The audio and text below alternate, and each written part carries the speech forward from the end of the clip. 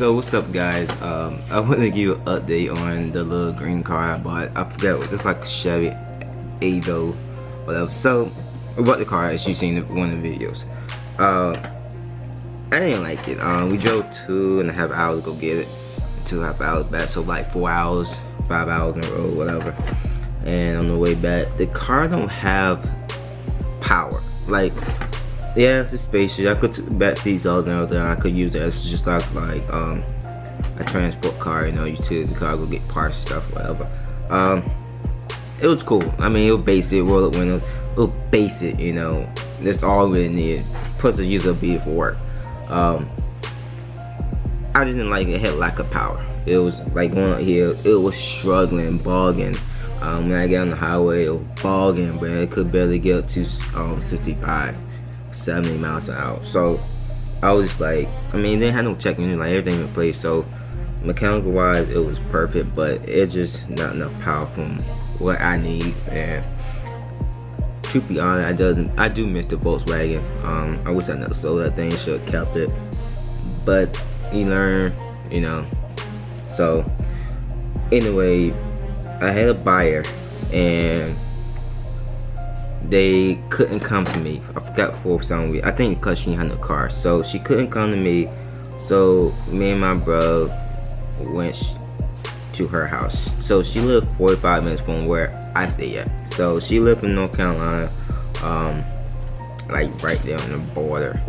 So it lived from Virginia borderline to where she was probably like 15 minutes out. So like she lived right there by the border.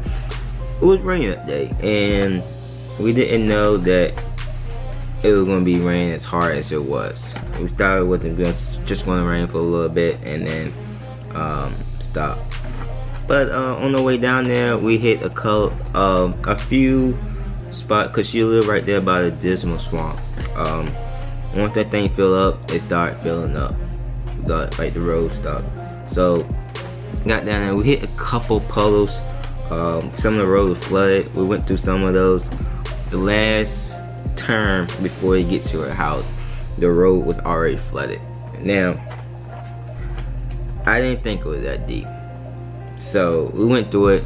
The green car kinda is low. The green car lower than my brother's Scion. He had a 2006 Scion TC. So when we went through it, the green car started bogging, and when we finally got through it, she was smoking and bogging hard. So originally we got the car for $700.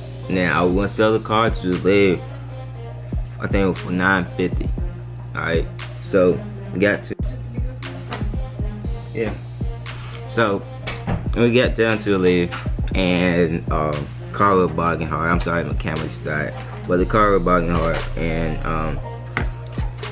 I was like, oh my gosh. And check engine light came on. Now we had no mechanical issue with the car when I bought it. We had the car for maybe 2 days or a day.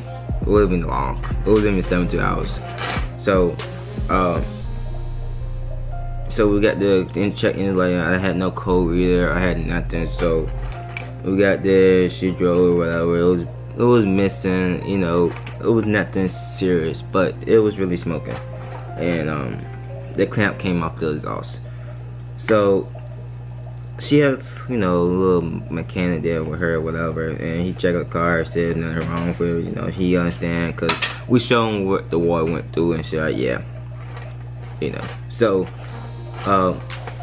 she came down in price. I had to, because the car wasn't as wet as I described in the description, since, you know, we went to the Apollo. So I lost money there. You know, she got $500. It is what it is. You know, I got the car for starting, lost $200 plus $10 in gas. So as well, I lost $210. So on the way back, I was driving my brother's car. He was in the passenger seat, and it kept raining and raining. So the last puddle that took out the green car kind of took out the Scion. We didn't think it rose that high in 30 minutes. So when we went through, the water was probably like halfway up to your knees, you know, nothing serious. But on the way back, the water was already up to our knees. Well, halfway, First time the water probably halfway up your leg, not even up to your knee, less than, you know what I mean. But when we went through, the water was raising up so fast, it kind of pushed the car into a ditch, and the water was literally up to my knees. Got up trying to push and everything, so we kind of lost this car in the flood. Gratefully, I turned the car off before any water damage got into the engine and everything. But that was crazy day. So, you know, had people help us. A local graphics lifted truck, and he kind of pulled us out. I was surprised the minivan went to the flood with no problem. But I'm gonna insert a clip here that I took on my phone of one of the locals pulling us out of the flood with the car, because I tried pushing myself and I couldn't.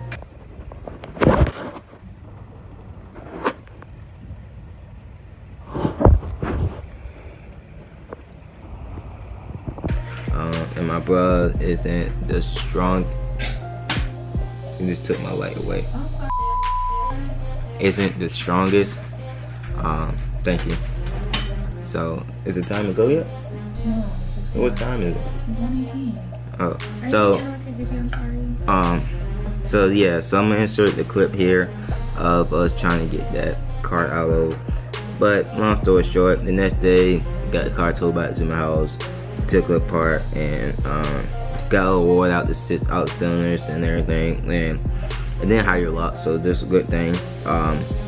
Got the water manifold, and about everything, got the water out, brand new plugs and everything, and it started right up. So long story short, we don't no longer have the green card no more.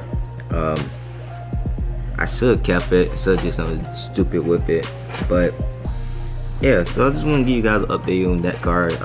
We will be looking for another one. Well, not the same model and make, but we will be looking for another one, and go from there. So see you guys in the next video.